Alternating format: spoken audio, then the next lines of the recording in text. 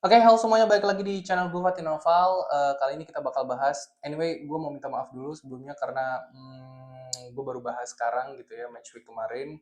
Karena eh, ada beberapa kegiatan gue gitu harus harus menyelesaikan itu. Jadi belum sempat untuk bikin videonya. Jadi gue bakal recap match week kemarin gitu ya. Ini ada banyak banget eh, big match gitu ya. Ada Derby Merseyside, Liverpool versus Everton.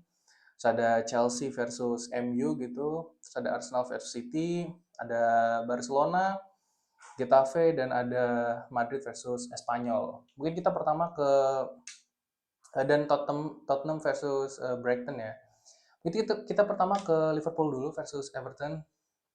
Ini gue lihat benar-benar dua permainan yang sangat sangat berbeda gitu ya. Everton benar-benar low block banget, dia bermain defensif sekali di babak pertama, membuat Liverpool sedikit sedikit kesusahan ya karena yang pertama mereka nggak ada gelandang yang kreatif gitu yang bisa bisa memecahkan low blocknya si Everton. Beruntung lagi-lagi Salah main bagus banget dan menurut gue ini eh, keputusan yang keputusan yang bagus ya dari Arne Slot untuk mencadangkan Florian Wirtz karena menurut gue dia beberapa match juga bermain nggak jelek tapi nggak bagus juga, menurut gue tidak tidak sesuai apa yang diharapkan gitu ya. Gue lebih suka justru kayak gini gitu, Soboslai lebih lebih maju ke depan daripada dia harus ada di posisi fullback kanan gitu ya. Gue lebih suka Soboslai lebih lebih nyerang gitu.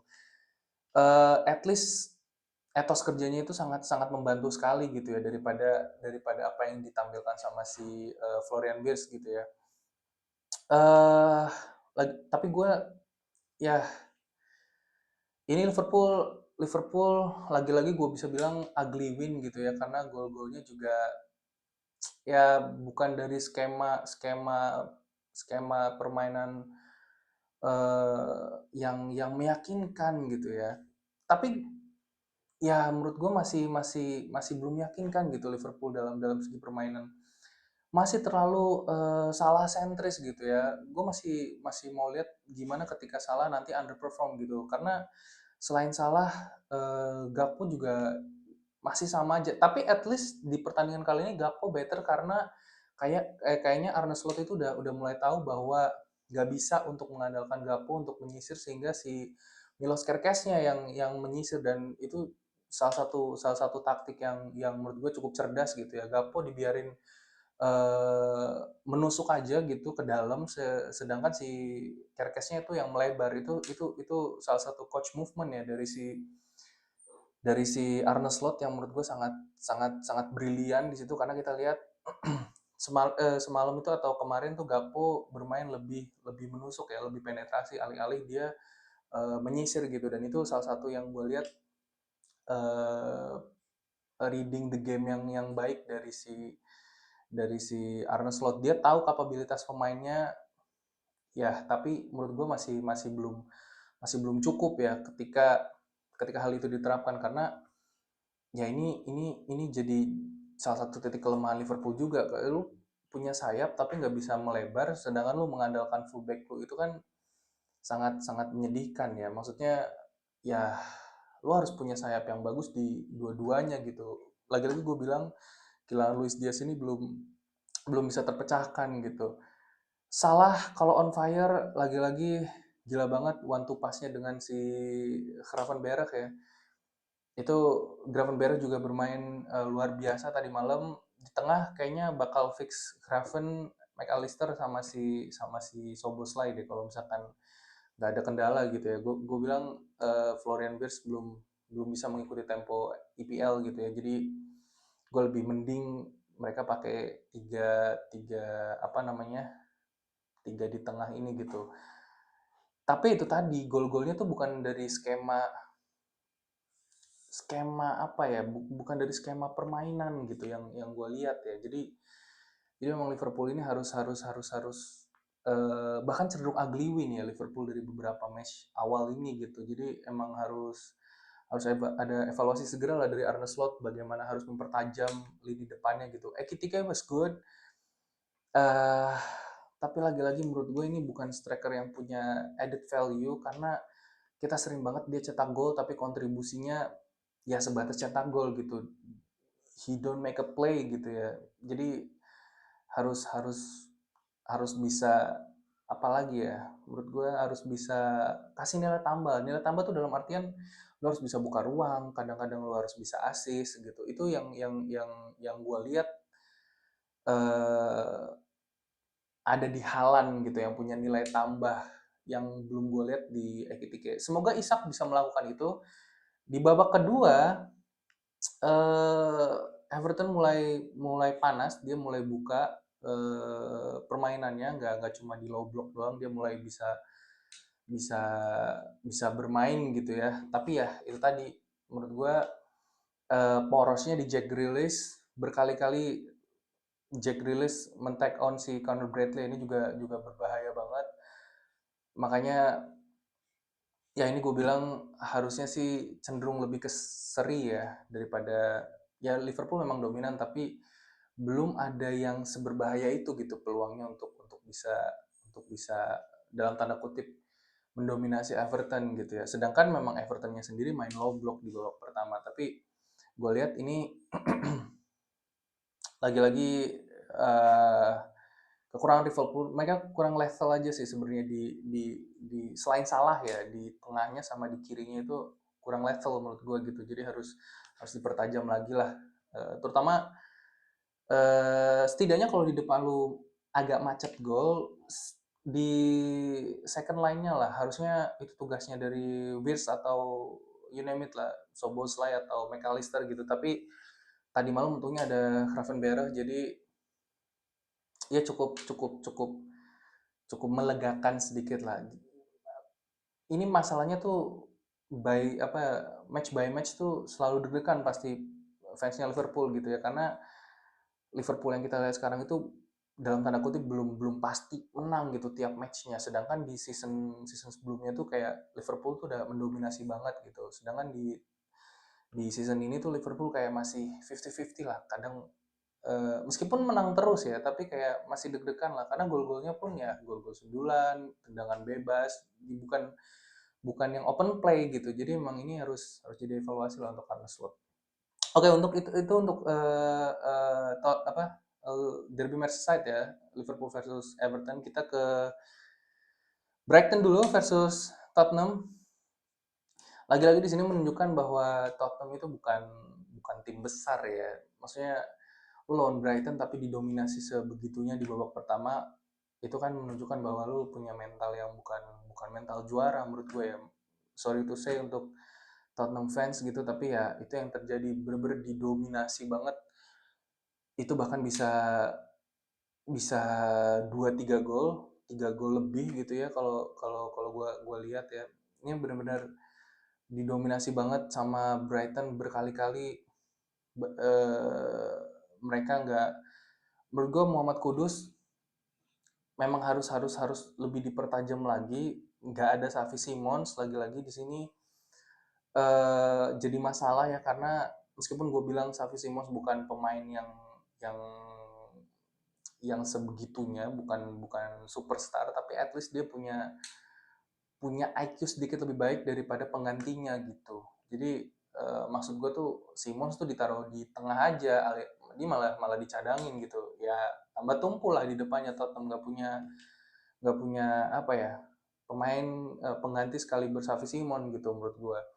Cuma mau Kudus doang gitu, Muhammad Kudus doang. Tapi ya Kudus tadi malam masih masih buntu lah nggak ngeliat Bergval juga berkali-kali dimatiin pergerakannya sesekali ada movement tapi ya itu belum belum belum belum begitu kerasa beruntung Tottenham di babak kedua masih bisa cetak 1 gol atau di babak pertama sorry 1 gol dan di babak keduanya on goal ya kalau nggak salah jadi ya gue cukup cukup kecewa dengan penampilan Tottenham gitu ya karena lu benar-benar didominasi gitu sama sama Brighton gitu maksud gue nggak ya lu benar-benar menunjukkan bahwa lu sebenarnya ini partai krusial ya karena once lu bisa mendominasi Brighton itu salah satu menurut gue salah satu titik bahwa lu bisa at least di 5 besar meskipun Brighton suka menyusahkan ya tapi kan ya Brighton yang sekarang juga ya masih masih tim papan tengah gitu dan menunjukkan bahwa level lu di tengah gitu. Kalau kalau kalau lu bisa mendominasi, lu udah di papan atas tapi lu didominasi habis-habisan gitu sama Brighton. Dan ya ini menurut gua Tottenham nggak kemana-mana sih ya. Jadi eh harus harus terutama di strikernya lah. Strikernya itu lu terlalu mengandalkan sayap, men. Lu nggak bisa mengandalkan sayap-sayap itu. Oke, dia tugasnya cetak gol, tapi ya lebih daripada itu harusnya dia yang bisa mengasis gitu. Sedangkan mau Kudus kelihatan kebingungan gitu. Kudus di depan tuh dia berkali-kali berhasil take on, tapi lini tengahnya itu loh yang gue nggak lihat, dan lini depannya tuh nggak ada yang support dia. Itu sih yang kasihan menurut gue ya. Menurut gue Kudus salah salah pilih tim gitu ya, karena ini orang berkali-kali beberapa match bermain bagus tapi nggak ada didukung sama lini depan dan lini tengah yang baik gitu. Itu Tottenham sama versus Brighton gitu ya. Kita lanjut ke MU versus Chelsea. Ini pertandingan menarik. Menurut gua ya itu benar-benar ngerubah ngerubah permainan banget, kartu merah dari Sanchez, dan menurut gue itu keputusan yang ceroboh sekali ya dari Sanchez. Ya lu dapet kartu merah tapi di menit 5. Itu kan gila banget ya. Lu masih menit 5 tapi udah harus, dan itu tuh menurut gue ya belum tentu gol juga gitu. Ketika lu lepasin gitu belum tentu juga sih Bumo gitu, karena ada dua pemain yang ngejar lu gitu. Harusnya lu bisa lebih cerdik lah untuk bisa memutuskan. Tapi ya kejadiannya begitu begitu cepat gitu ya. Jadi wajar hal itu terjadi. Tapi lagi-lagi meskipun lu bermain 11 pemain pun gua rasa ya Chelsea bakal kesusahan juga. Kita lihat ya lu cuma mengandalkan Cole Palmer gitu ya, ya itu susah banget lah, nggak bisa gitu. Estevao juga yang digadang-gadang bagus, gua belum lihat ini pemain punya punya apa ya, punya nilai lebih gitu untuk Chelsea. Joao Pedro atau Pedro Neto pun ya bermain setiap matchnya menurut gue belum belum apa ya, belum bisa membawa Chelsea ke level selanjutnya sih menurut gue. Terlalu inkonsisten gitu. Palmer juga kemarin sebelum sebelum lawan MU ini angin-anginan juga. Jadi memang ya gue nggak tahu ya Chelsea. Gue sempat menaruh mereka di rank 4, tapi kayaknya di rank 5 deh, dan bisa mungkin turun lagi ke rank 6 atau 7 gitu kalau melihat mereka main kayak gini. Lawan Bayern itu kelihatan banget. Mereka bisa cetak gol, tapi secara permainan ya buruk sekali ya menurut gue ya. Karena terutama di sayapnya itu bener-bener nggak gerak sama sekali, bener-bener nggak ada kreativitas di situ. Ya gue cukup cukup prihatin, apalagi ketika si Enzo sama sebenarnya kalau main 10 pemain dengan melawan MU yang dalam tanda kutip masih masih sakit, harusnya lo bisa ngelawan lah. Tapi ya lagi-lagi Enzo sama Caicedo juga nggak ngapa-ngapain juga gitu. Enzo terutama yang gue sorotin karena dia sebenarnya bisa untuk melakukan role sebagai sebagai apa, attacking midfield ya, tapi ya tadi malam juga nggak kelihatan juga. Padahal apakah MU bermain bagus? Enggak juga sebenarnya. Oke, di menit awal-awal di babak pertama mereka melakukan pressure gitu ya, tapi pressure-nya tuh nanggung gitu, nggak yang bener-bener total untuk pressing. Gue nggak ngerti juga apa yang diinginkan oleh Ruben Amorim ini gitu ya. Lu taruh Amat di sisi kiri itu kan udah ngaco gitu ya. Dorgu sama Amat aja udah aneh di satu posisi gitu. Sedangkan lu pasang, ya meskipun lagi-lagi kalau Amat ditaruh di ini kelihatan banget gitu. Amat meskipun dia ditaruh di kiri, diplot di kiri, tapi dia lagi-lagi selalu atau sering banget untuk ngambil posisinya si Mbumo gitu di terutama di babak kedua kelihatan banget gitu ya. Dia Amat nggak nyaman ditaruh di kiri gitu. Sedangkan Bumo, apakah dia bisa menawarkan hal yang berbahaya? Bisa, tapi lagi itu bukan levelnya MU menurut gua. Karena karena Mbumo ini tipikal yang jadi kita kita sering juga ngelihat dia buang-buang peluang gitu si si Mbumo ini. Jadi memang problemnya tuh masih masih banyak di MU ya, meskipun agak agak lebih baik lah daripada daripada si Ten Hag, tapi menurut gue ini masih jauh dari kata sempurna. Ada progres sedikit, tapi ya benar-benar sedikit banget. Ini belum, masih masih jauh banget. Terutama Sesko. Tadi malam tuh kelihatan banget apa yang diinginkan Amorim itu ngasih bola direct ke Sesko gitu. Tapi ya Sesko sering kalah juga. Bahwa dia ngasih assist bagus ke si Bumo untuk akhirnya dia di kartu merah gitu ya si Robert Sanchez-nya. Tapi ya itu doang sepanjang laga. Sesko juga nggak sering-sering amat menang gitu ya. Ini kelihatan banget levelnya Sesko ini ya 3 kali di bawah Haaland gitu, 2 kali di bawah Gyökeres menurut gue ya. Jadi memang ya kalau striker lu kayak gitu, sedangkan lu pengen main apa namanya long ball atau direct ball ya susah juga. Ya nggak bisa jadi pemantul gitu. eh ini yang harus harus harus dicermati gitu ya. Bruno bermain bermain agresif tadi malam, gue appreciate buat Bruno ya, dia memang ya wajar dia jadi kapten gitu ya, nggak banyak protes juga, dicetak 1 gol gitu. Casemiro juga bermain lumayan lah, lini tengahnya yang lumayan gitu ya, tapi lini depannya masih, selain Bumo yang agak better ya, masih masih kacau lah. MU ini masih jauh dari kata kata sempurna gitu. Gue cukup yang gue sorotin itu adalah Mazraoui ya. Di sini benar-benar Mazraoui membuktikan bahwa dia memang salah satu pemain yang menurut gue tuh bisa membantu MU ke next level. Beberapa kali dia positioningnya tepat, dia kasih crossing juga, kasih pre assist juga. Ini Mazraoui menurut gue salah satu penandatanganan Ten Hag yang luar biasa bekerja gitu ya, atau fit, atau sorry, benar-benar fit dengan playstyle-nya MU gitu ya. Tapi lagi-lagi eh, MU masih butuh butuh banyak pemain untuk terutama di lini depannya gitu ya. Dan satu pengganti Luke Shaw deh menurut gue.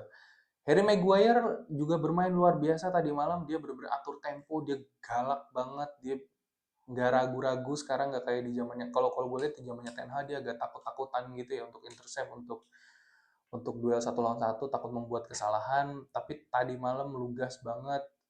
Maguire, eh ya Chelsea pun golnya corner kick ya kalau nggak salah. Jadi memang tadi malam pantas untuk MU memenangkan, tipis juga.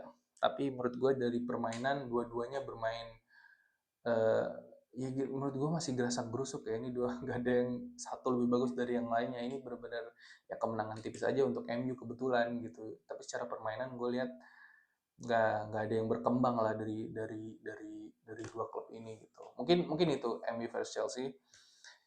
Terus kita ke ada Arsenal versus City gitu. Ini pertandingan yang menurut gua eh oke, ini berakhir imbang karena dua-duanya juga, terutama di City ya, gue kecewa ya karena Arsenal itu nggak ada Odegaard loh mereka main. Mereka nggak ada Odegaard di sisi serang pun ya cuma mengandalkan si Eze dan siapa tuh Leandro Trossard. Yang gue kecewa itu di City-nya. City lebih bermain defensif. Gue nggak ngerti kenapa. Padahal lu punya player sekaliber Foden gitu untuk bisa supply Haaland, tapi lu memilih untuk eh defensive way gitu ya. Jadi gue nggak ngerti. Ya tapi lagi-lagi itu keputusan dari Pep gitu ya, Pep Guardiola. Secara permainan kedua-duanya bermain seperti biasanya sebenarnya, tapi City lebih lebih defensif aja. Arsenal sayangnya nggak bisa memanfaatkan itu. Gue nggak ngerti deh. Kenapa lu pasang Leandro Trossard gitu? Ini bener-bener Arteta ini lagi-lagi menunjukkan bahwa dia memang, gue nggak ngerti ya, Arteta ini secara secara permainan tuh udah oke, tapi keputusannya itu terutama dalam pemilihan pemain tuh kadang-kadang buruk banget ya. Di 85 lo baru masukin pemain Saka, Martinelli dan lain itu kan udah telat ya menurut gue ya. Padahal lu udah tahu di babak pertama tuh Trossard tuh can do nothing man di babak pertama. Even di babak kedua tuh gak kemana-mana ini orang. Sedangkan si Madueke juga ya sosok gitu lah. Lawan lu tuh O'Reilly gitu, tapi lu nggak bisa nggak bisa penetrasi, nggak bisa make up play itu kan menurut gue memalukan ya. Si siapa namanya si Madueke ini gitu. Lu masukin Eze lu taruh tengah kan aneh menurut gua. Eze itu ya optimalnya di kiri. Lu malah masukin Martinelli di sebelah kiri, Eze di tengah. Which is eh, dia cetak gol, tapi kan si Martinelli cetak gol, tapi kan ya itu nggak membuat apa ya, harusnya ini mutlak Arsenal bisa menang menurut gua. Tapi ya karena keputusan Arteta ini yang menurut gua aneh gitu ya, nempatin Trossard di sisi kiri dari awal itu udah aneh menurut gua. Masih better Eze kemana-mana lah, jauh lah, meskipun di Champions League kemarin Eze nggak terlalu kelihatan ya, tapi still kalau dibandingin sama Trossard itu jauh. Gue masih pegang Eze gitu. Gue nggak tahu kenapa Arteta bisa pasang pemain kayak gini gitu. Dikala di lini tengah lu tuh nggak punya gelandang kreatif gitu. Harusnya lu bisa maksimalin sayap lu. Saka baru masukin 85. Meskipun gue nggak tahu lagi-lagi ya, eh, Saka baru comeback dari cedera, mungkin masih maintain waktu waktu bermainnya. Tapi kalau misalkan ternyata ini masalah strategi doang, ini bener-bener blunder banget dari Arteta. Dan harusnya Arsenal tuh bisa menang karena City pun nggak make up play semalam. Dari golnya pun oke, satu gol, tapi ya itu juga kesalahan menurut gue ya, bener-bener lepas dan itu counter juga kan. Itu memang cerdasnya Tiani Reiner aja memanfaatkan ruang gitu, dan Haaland juga pinter banget, gak asal lari gitu, dia tahu ruang yang kosong di mana dan nge-split si Saliba gitu ya. Anyway, Saliba bermain keren banget, bisa matiin Haaland berkali-kali gitu ya, tapi ada satu momen yang dia kelepasan gitu, dan ya tipikalnya Haaland, kalau lu udah lihat Haaland lari dengan body kayak gitu ya, mau back gimana pun pasti pasti nggak mungkin kekejar lah gitu. Dan apalagi Tianinya bermain pinter ya, dia tusuk dulu dan nggak langsung passing gitu, tapi dia kasih tempo dulu, kasih biar Halan punya ruang, dia passing dan gol. Tipikal golnya Halan, memang striker tajam ini orang. Jadi tapi selain itu juga City juga nggak bermain gimana-gimana banget gitu ya menurut gue. eh Silva juga nggak main tadi malam, nggak kelihatan juga gitu. Hmm, Husanov juga bermain cukup cukup bagus ya, tapi ya lawan lu Trossard lagi-lagi, men. Trossard bener-bener menurut gue titik lemahnya Arsenal tadi malam ya. Udah Trossard, Martinelli itu emang emang harusnya jadi super sub aja, nggak bisa sih menurut gue untuk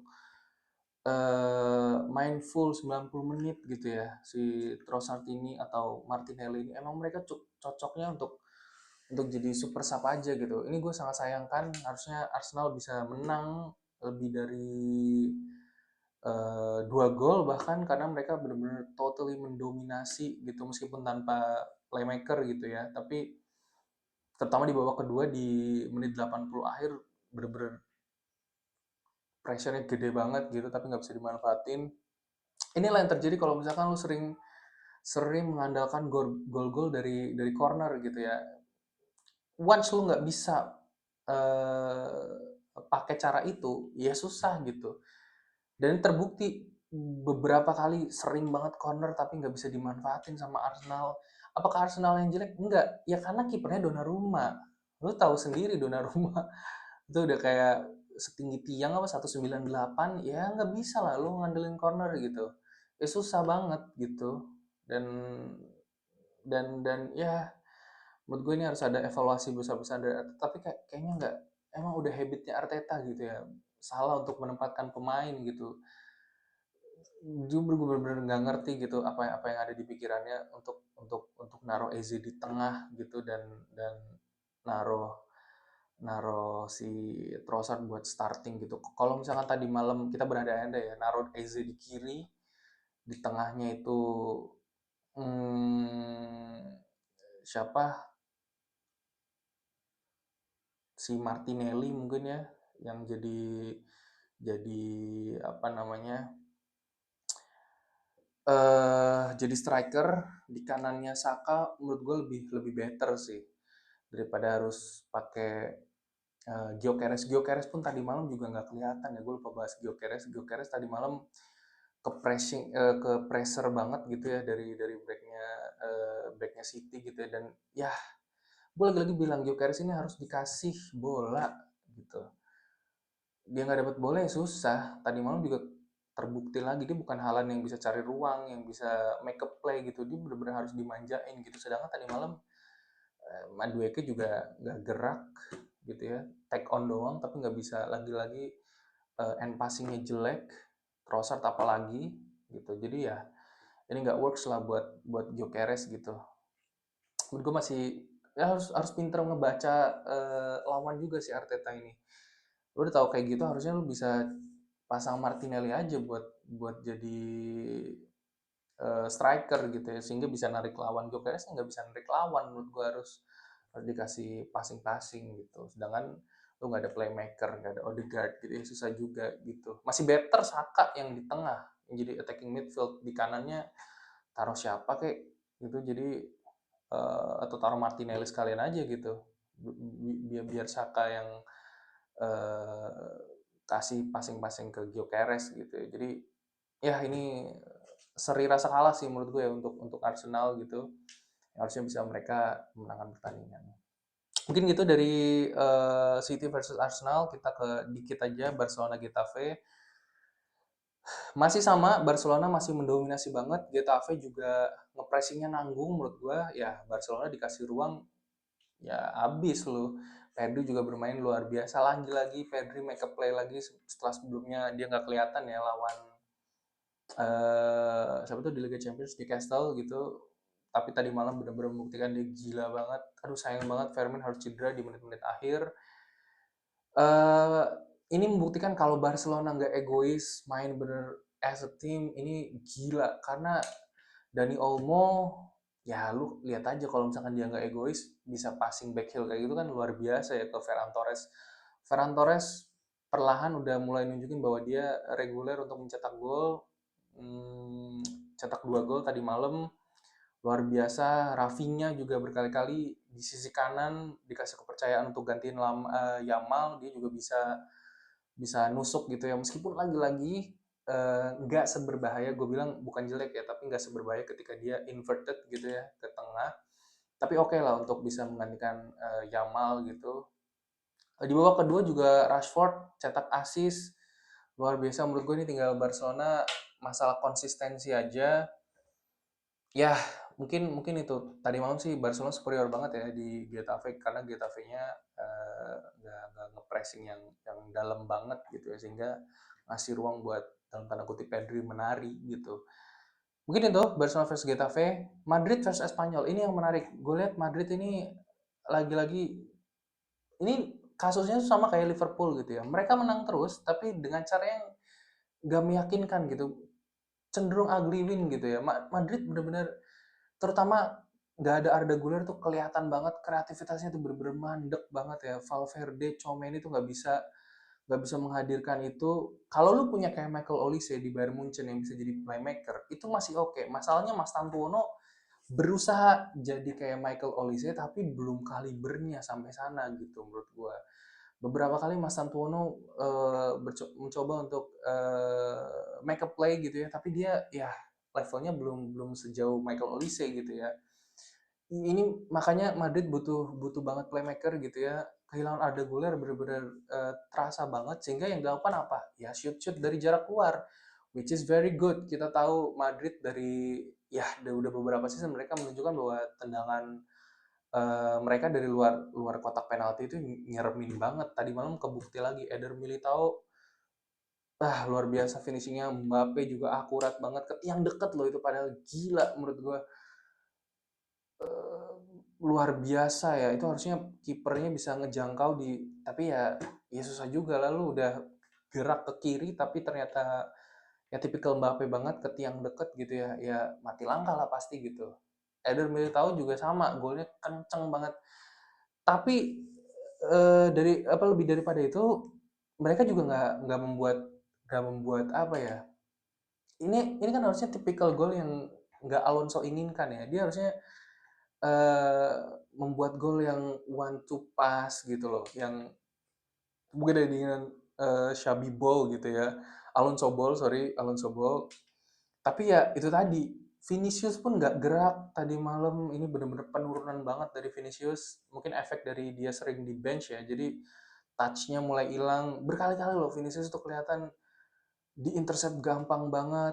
Sesekali dia bisa tembus tapi nggak banyak dan nggak berbahaya juga ketika dia bisa tembus gitu. Kelihatan banget egoisnya tadi malam Vinicius, dia mau ngebuktiin bahwa mungkin Alonso salah tapi ya akhirnya dia malah merugikan tim gitu dengan sering banget dia di intercept gitu ya. Jadi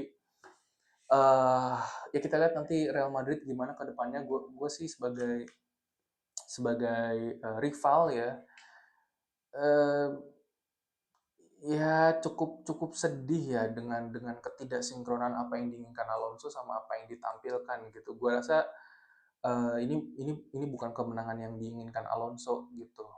Dia menang tapi ya golnya kalau misalkan lu menang dengan gol kayak tadi malam terus ya semua tim juga bisa melakukan itu. It's individual skill gitu. Itu bisa dilakukan di tim manapun gitu. Sedangkan Alonso kan nggak pengen itu, dia pengen lebih passing satu dua. Ya tapi lagi-lagi gue udah bilang di awal bahwa Alonso Bolin nggak cocok sama Real Madrid, sama pemain-pemain materi pemain-pemainnya gitu. Kecuali Arda Güler ya atau Mas Antuono mungkin yang lebih mendekati karena dia bisa make a play gitu. Tapi pemain kayak Vinicius, kayak Mbappe, Valverde, Tchouaméni, hampir semuanya tuh rata-rata Brahim Diaz, Rodrigo, itu tuh terbiasa bermain dengan skill individu gitu, nggak banyak pegang bola. Nah ini ya Real Madrid yang kita kenal gitu. Jadi emang nggak gampang Alonso buat buat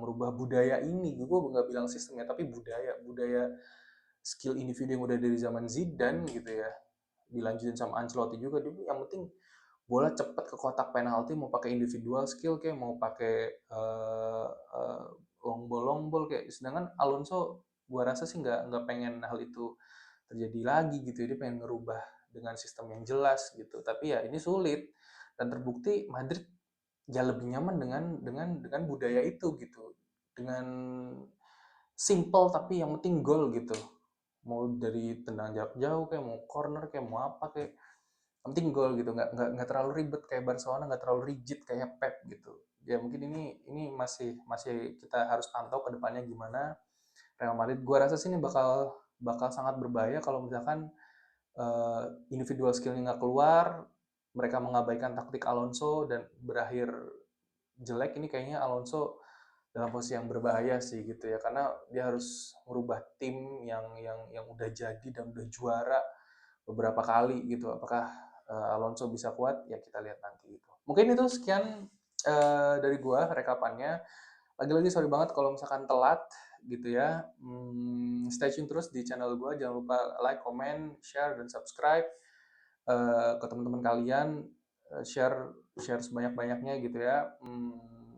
Sekian, salam olahraga.